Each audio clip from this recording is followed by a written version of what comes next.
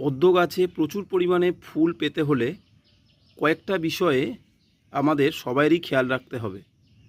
প্রথমত, গাছের গোড়া চারপাশ যেন খুব ভালো পরিষ্কার থাকে।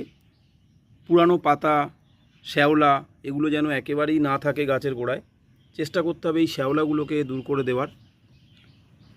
পর্যাপ্ত সূর্যালোক যদি রাইজোমগুলো পায় তাহলে আরও বেশি বেশি করে ফুল দেবে। পরিমিত পরিমাণ খাবার প্রদান 1 সপ্তাহ অন্তর, এর আগের ভিডিওতে আমি বলেছিলাম। সেই খাবারগুলো দিলে ঠিক পুরো সিজন ধরে এরকমই ফুল ফুটবে।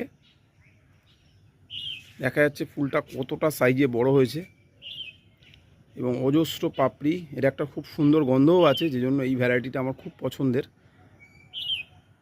তো মোটামুটি এবছর প্রচুর পরিমাণে ফুল দিচ্ছে, এখনও পর্যন্ত প্রায় 10টা মতো ফুল দিয়ে দিয়েছে।